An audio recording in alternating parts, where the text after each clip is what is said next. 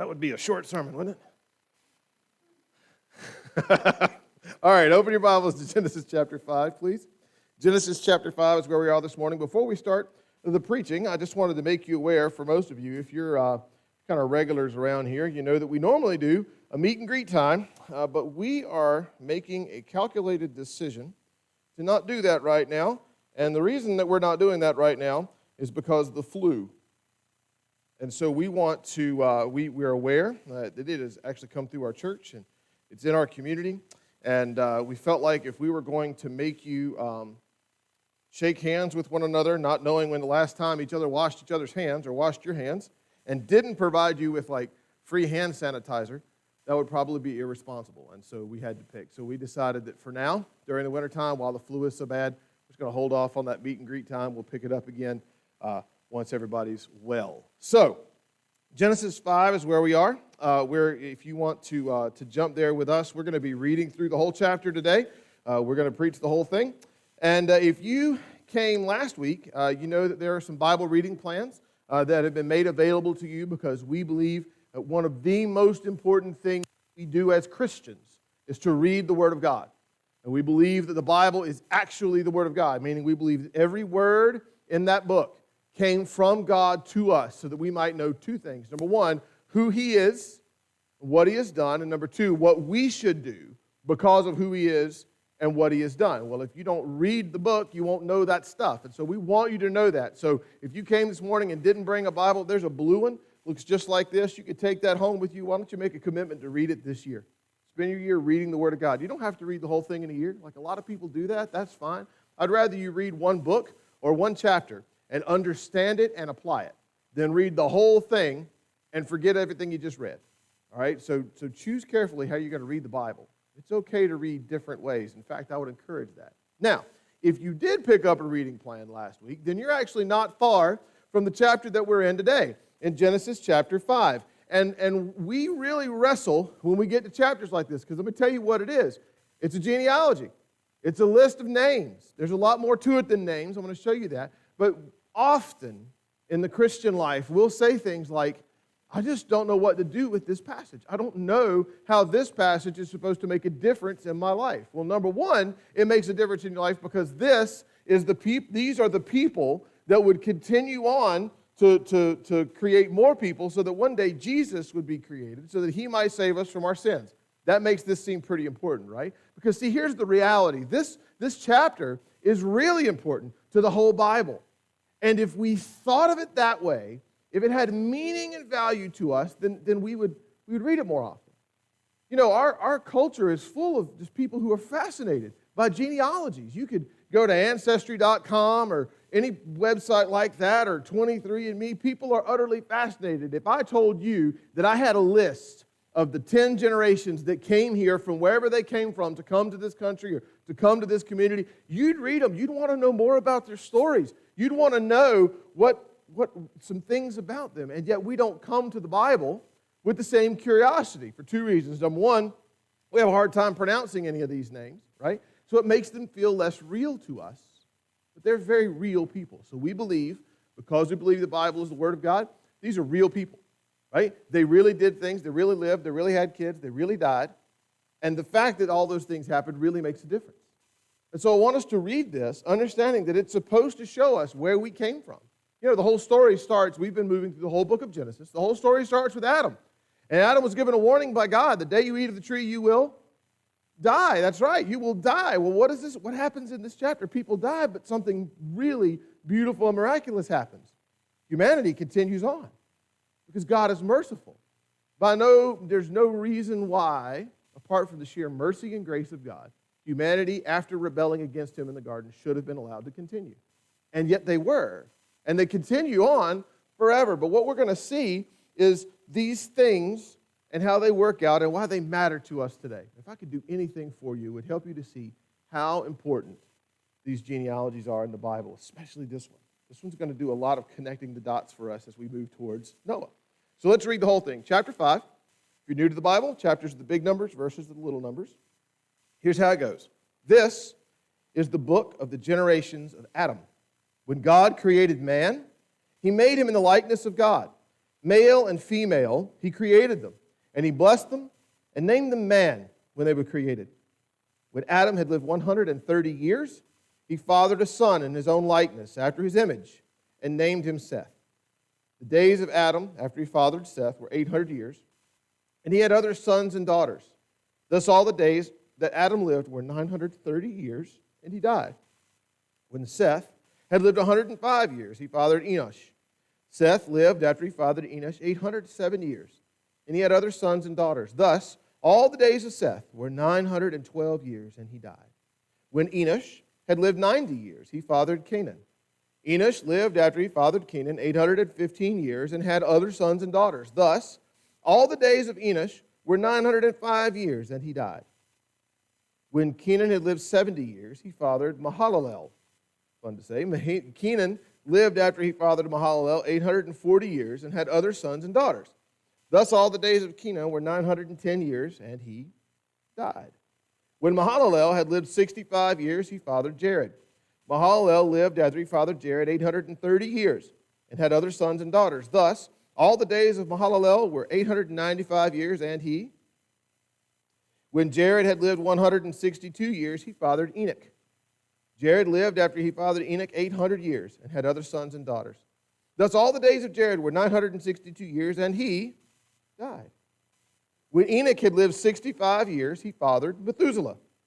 Enoch walked with God, after he fathered Methuselah, 300 years, and had other sons and daughters. Thus all the days of Enoch were 365 years. Enoch walked with God, and he was not, for God took him. When Methuselah had lived 187 years, he fathered Lamech. Methuselah lived, after he fathered Lamech, 782 years, and had other sons and daughters. Thus all the days of Methuselah were 969 years, and he died. When Lamech had lived 182 years, he fathered a son, and called his name Noah, saying, out of the ground that the Lord has cursed, this one shall bring us relief from our work and from the painful toil of our hands. Lamech lived, after he fathered Noah, 595 years, and had other sons and daughters. Thus all the days of Lamech were 777 years, and he died. After Noah was 500 years old, Noah fathered Shem, Ham, and Japheth. Let's pray. Father, we thank you for your word.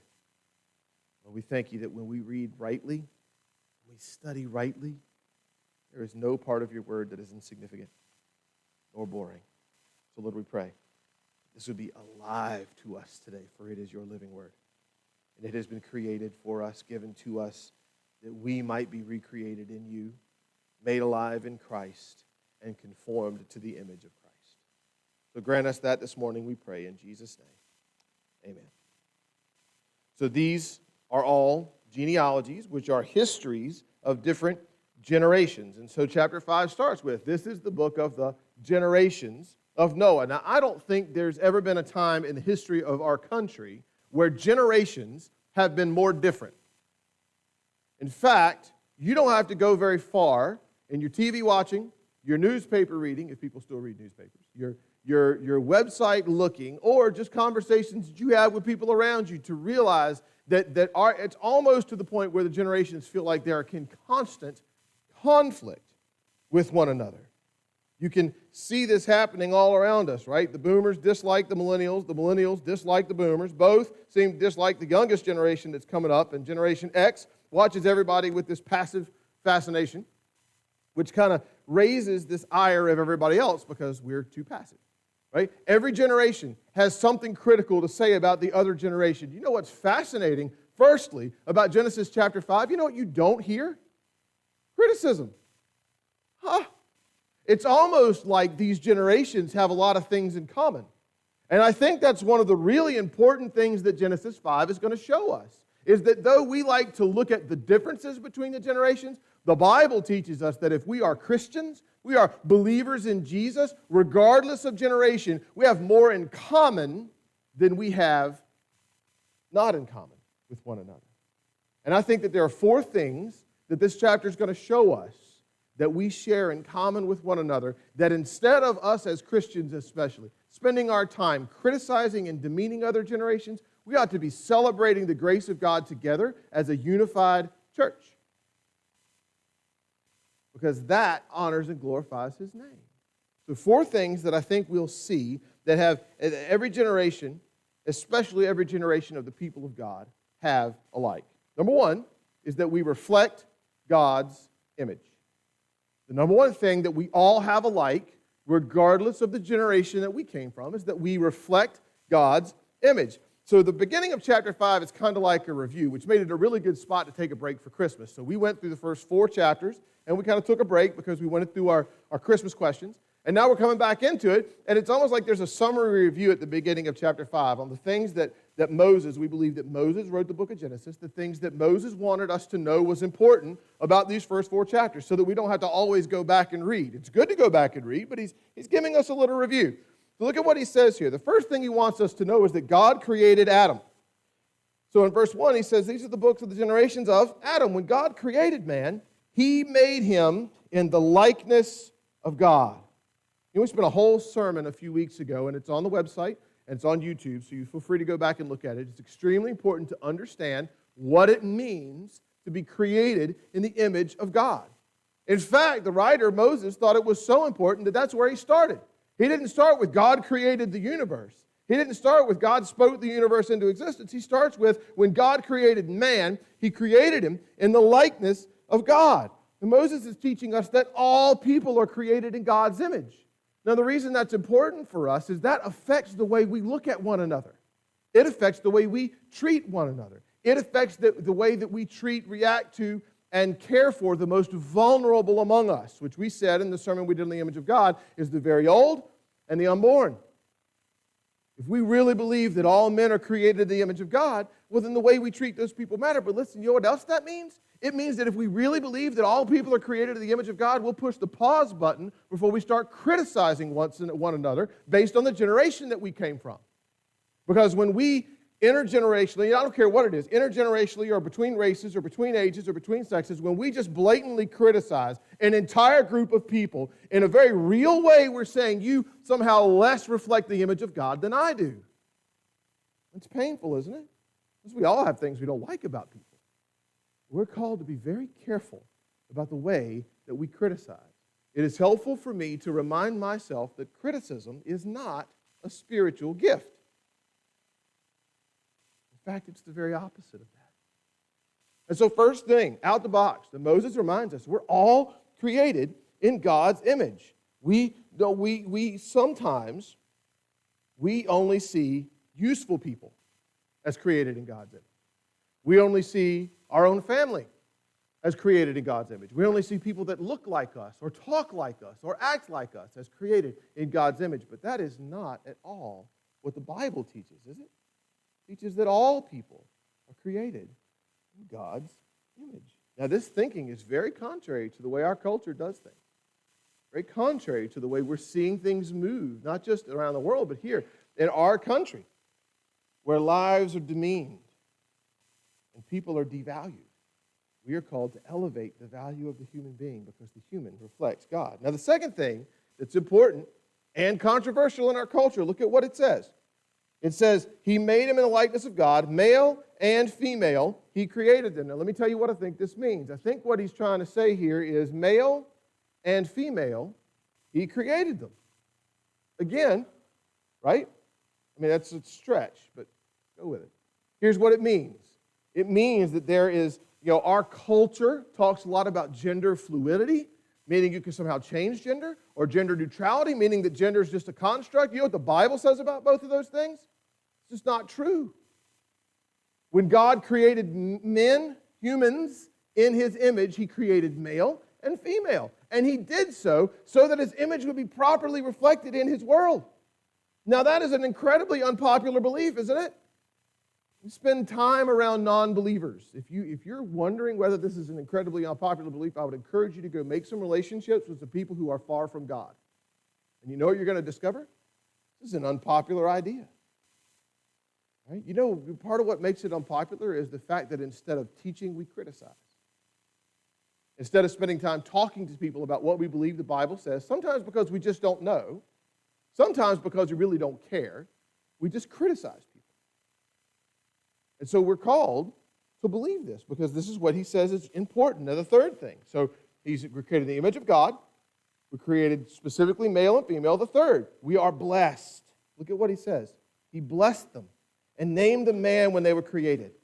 And then you get this picture of what happens with Adam. Adam fathers a son after his own image. In other words, he blessed them. He gave them a charge. Remember the commands that were given in the garden, right? 2 commands. Number 1, tend the garden and keep it. And number 2 is be fruitful and multiply.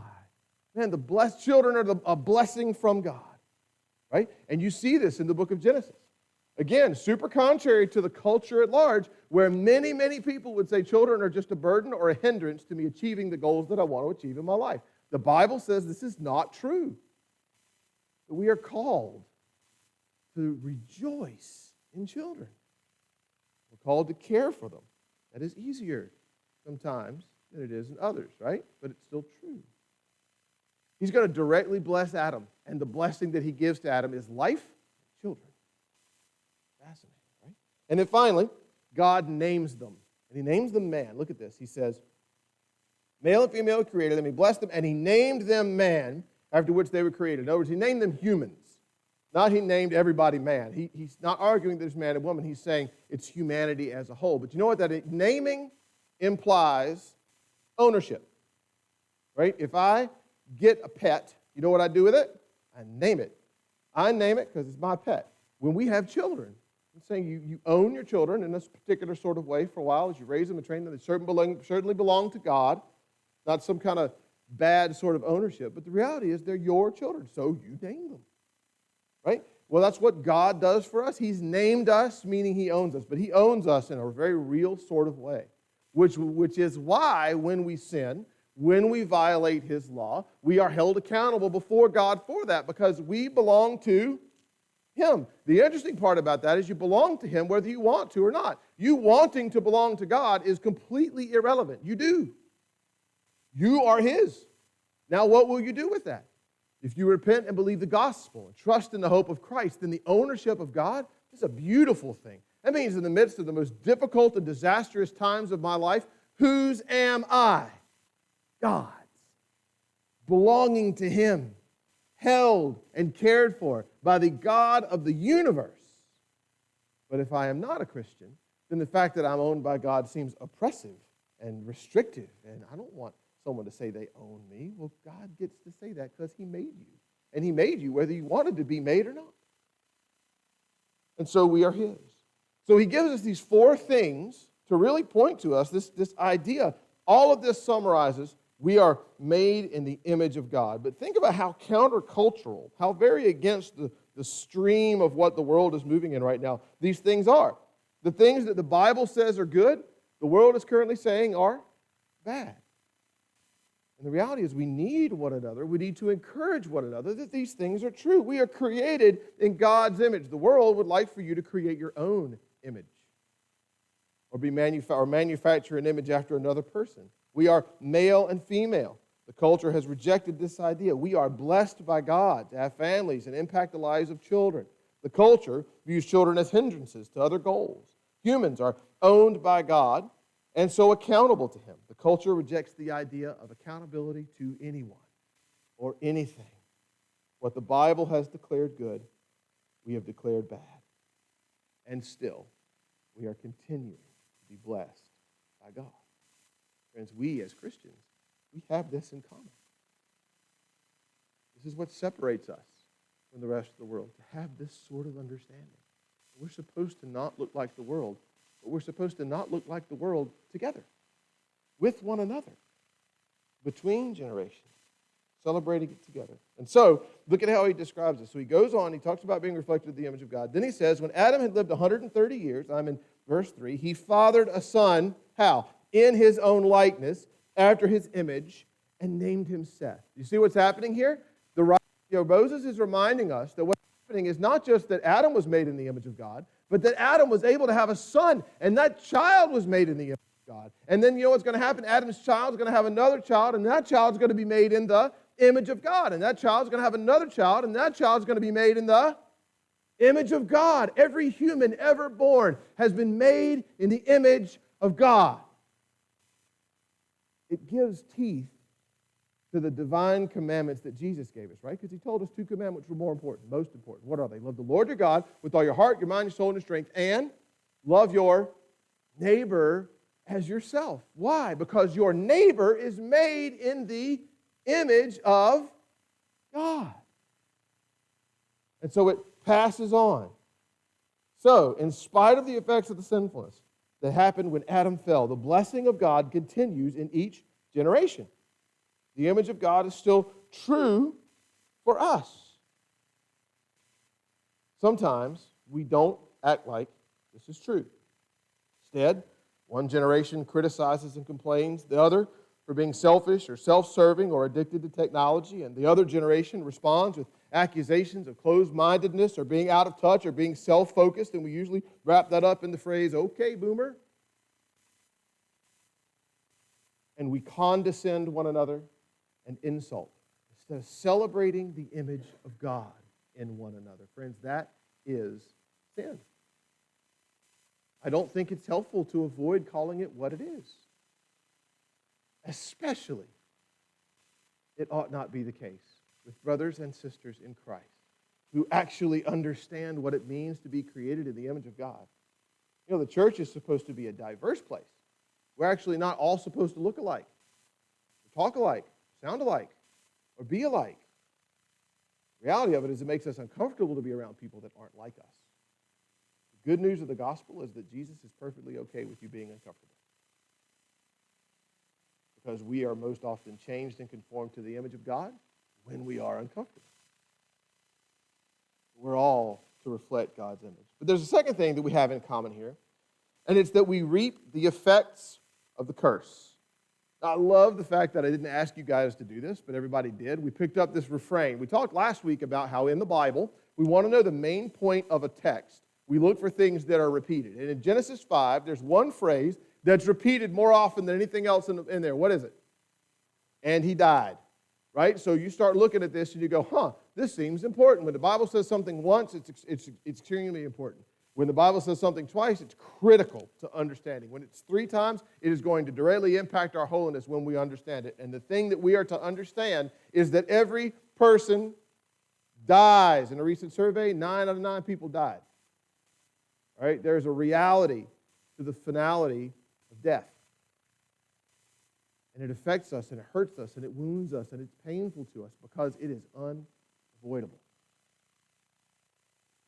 And so we're reminded here of the effects of the curse over and over again. People are dying because of the fall, and it was not supposed to be this way, was it? That's what we read about in Genesis 2 and Genesis 3. It wasn't supposed to be this way. But we rejected what was good for us. We chose the sinful things, and so because we did, we have fallen. And we are sinful and cursed. But there are a couple of questions that I think are helpful to address as we think about this. Number one is this. What about these numbers? Like, if you read this, you should ask yourself a question. Did Noah really live for 930 years?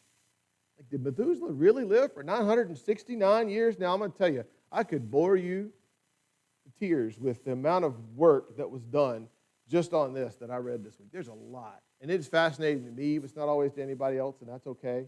Here's the bottom line. There have been a whole lot of attempts to make these numbers mean something that seem more reasonable than 930 years, but the Bible says 930 years. So I think it means 930 years. Now, I would encourage you in this.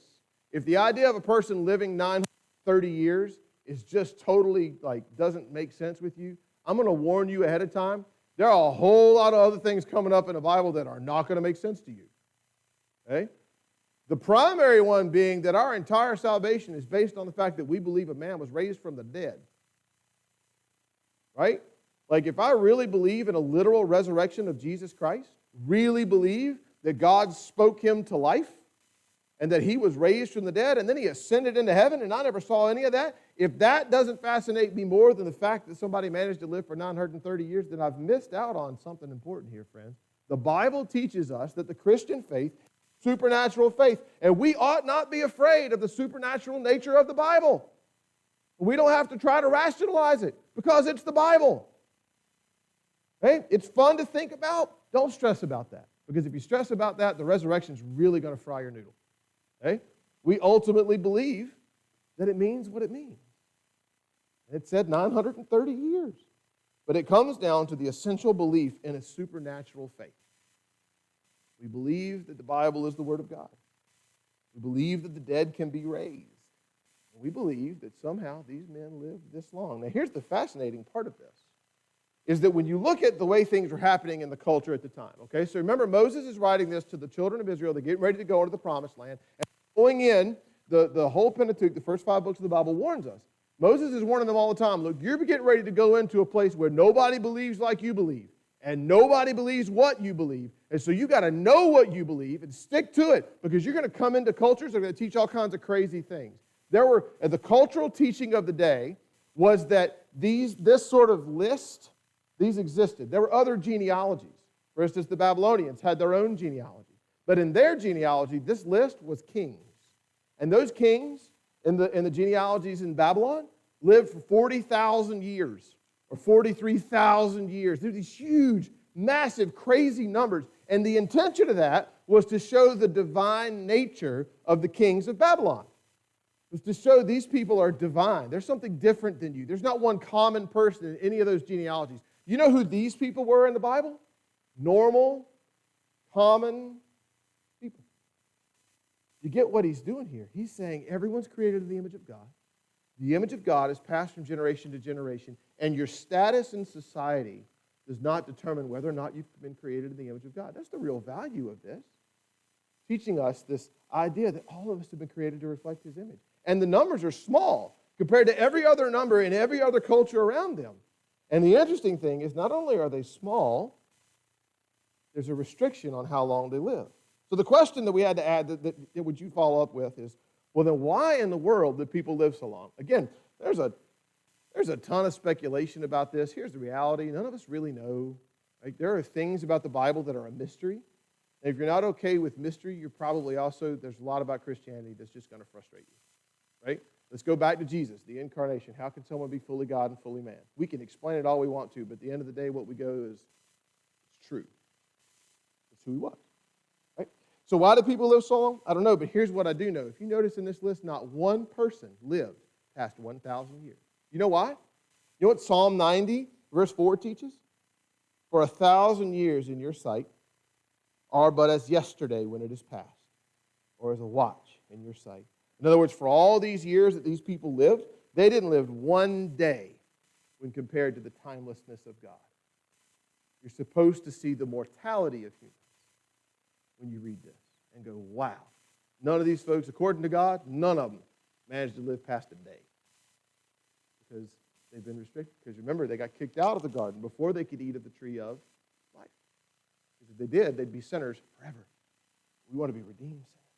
And so over and over again, that life is stopped by that refrain, and he died. A grim yet needful reminder that the curse has taken effect and that even though the blessing of God is spread, as people are fruitful and multiply, so the effects of the fall are felt on a widespread scale as people continue to grow. Doesn't matter how long they lived, they still died, except for one. And I think that's the third thing that we can see about this passage, and it's this: we can receive God's mercy. The story of Enoch, there are a lot of things in chapter 5 that fascinate us, right? Like, how do you live 969 years? How many wrinkles would you have if you lived 969 years? I would think the answer would be a lot, right? But then you get down to Enoch, and you read the story, and it's different. The whole chapter pretty much sounds the same until you get down to his story. And it says, when Enoch, I'm in verse 21, when Enoch had lived 65 years, he fathered Methuselah. Enoch walked with God after he fathered Methuselah 300 years, had other sons and daughters. Thus, all the days of Enoch were 365 years. Enoch walked with God, and he was not, for God took him. There are a lot of parts of the Bible where you just go, I wish we'd had about 30 more verses right there describing this, right? Wouldn't that have been fascinating? But God, in his wisdom, has given us what we need for life and godliness. So again, what do we know? We know that Enoch walked with God, and he was not, for God took him. That's what the Bible says. What does that mean? Does it mean it didn't die? The book of Hebrews teaches us, Hebrews chapter 11, verses 5 and 6 teach us that he didn't die.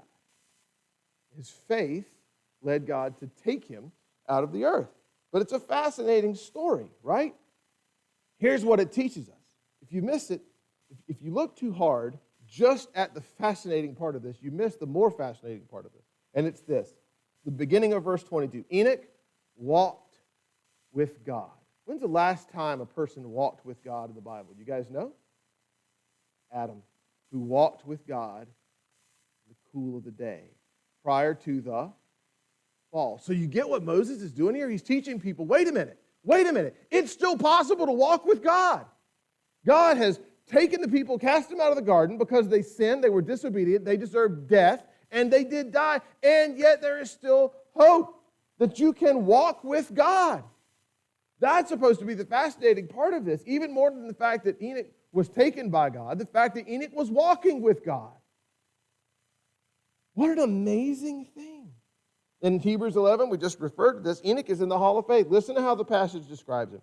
Hebrews 11 says, by faith Enoch was taken up so that he should not see death, and he was not found because God had taken him. Now before he was taken, he was commended as having pleased God, and without faith it is impossible to please him. For whoever would draw near to God must believe that he exists and that he rewards those who seek him.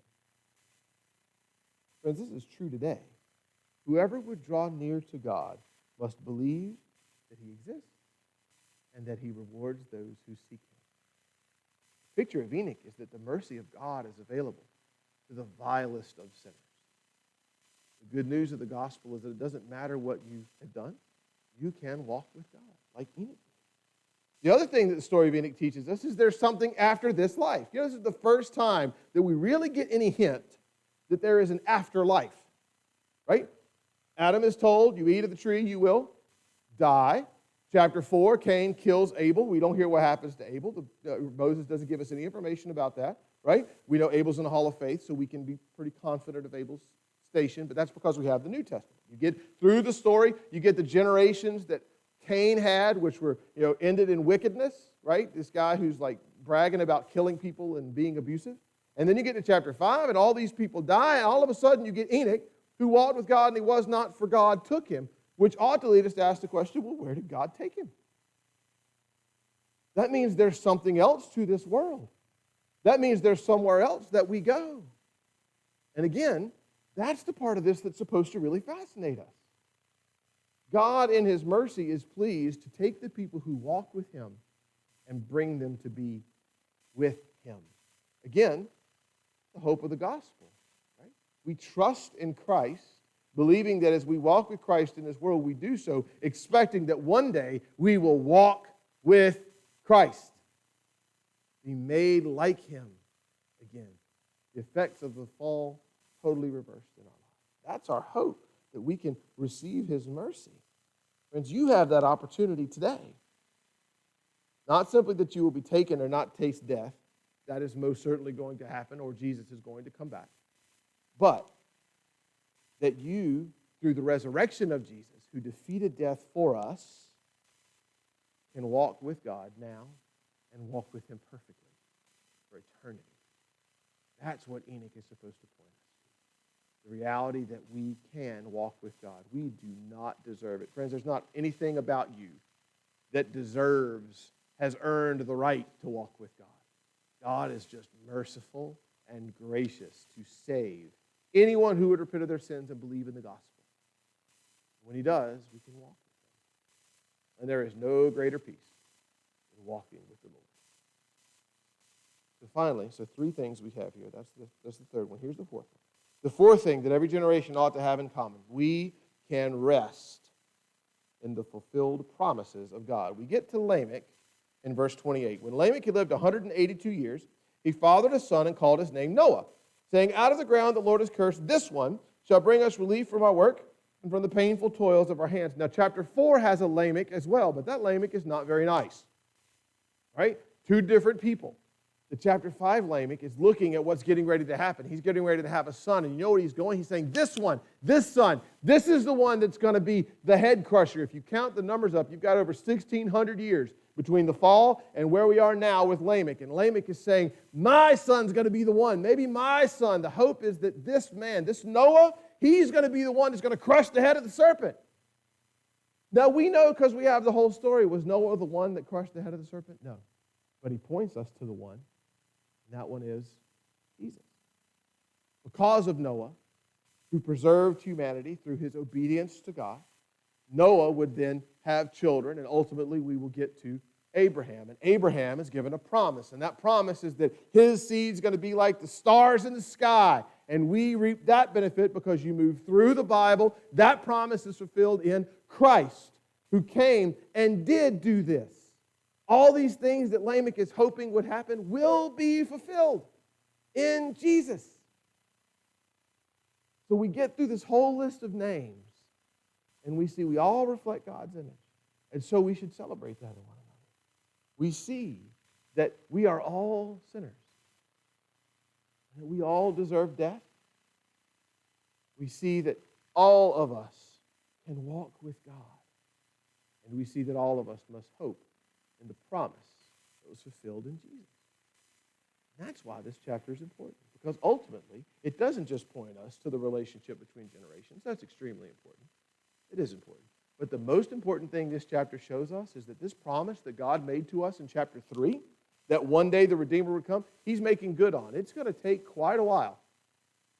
In his divine wisdom and mercy, he moves it through many generations. And it takes all sorts of twists and turns, but his promise comes to pass. The promise that Lamech was hoping in, we have received fully as Christians because we have Christ. In this chapter, because we have the whole Bible, we ought to read it and then get to the end and hear this hope that Lamech has and go, that's the hope that I can live with. Lamech is longing for rest in the promises of God. Friends, we are all image bearers. We all feel the effects of the fall, and we will all die. We are all recipients of God's mercy, either through common grace, the fact that God keeps you alive in spite of the fact that you are a rebel and an enemy to his will, or saving grace, the fact that God has changed you and purchased you by the blood of Jesus Christ. We all only have one hope, that God kept his promises. We know this because we know Jesus. In this world, the different generations will continue to rage against each other until we, as Christians, start to actually look at each other and see that the things we have in common are intended to unify us. And we are intended to celebrate those things, even if we don't understand the differences. Every generation has the image of God, will experience the weight of the curse, and will only find hope in the promises of God.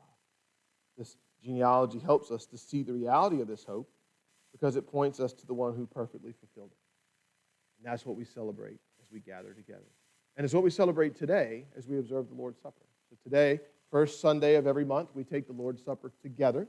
And the reason that we do that, one of the critical roles of the Lord's Supper in the church is to remind us of the grace that we all have together. That every generation, that every person created in the image of God has the opportunity for redemption through the blood of Jesus Christ because of this work that he has done. And so we celebrate the Lord's Supper and we all take a piece of the bread, reminding ourselves that the body of Christ was broken on our behalf so that we, all of us together, could celebrate the goodness of God. We drink the little grape juice because we remind ourselves of the fact that the blood of Christ was shed for all who would repent of their sins and believe in him. Friends, that is not a generational thing. He has promised that his church will continue until he returns. And the Lord's Supper is our reminder of the reality of that. So we want to encourage you to take that with us together as the deacons come up and make their way up here to prepare the table. Just a few instructions that I'll give you about the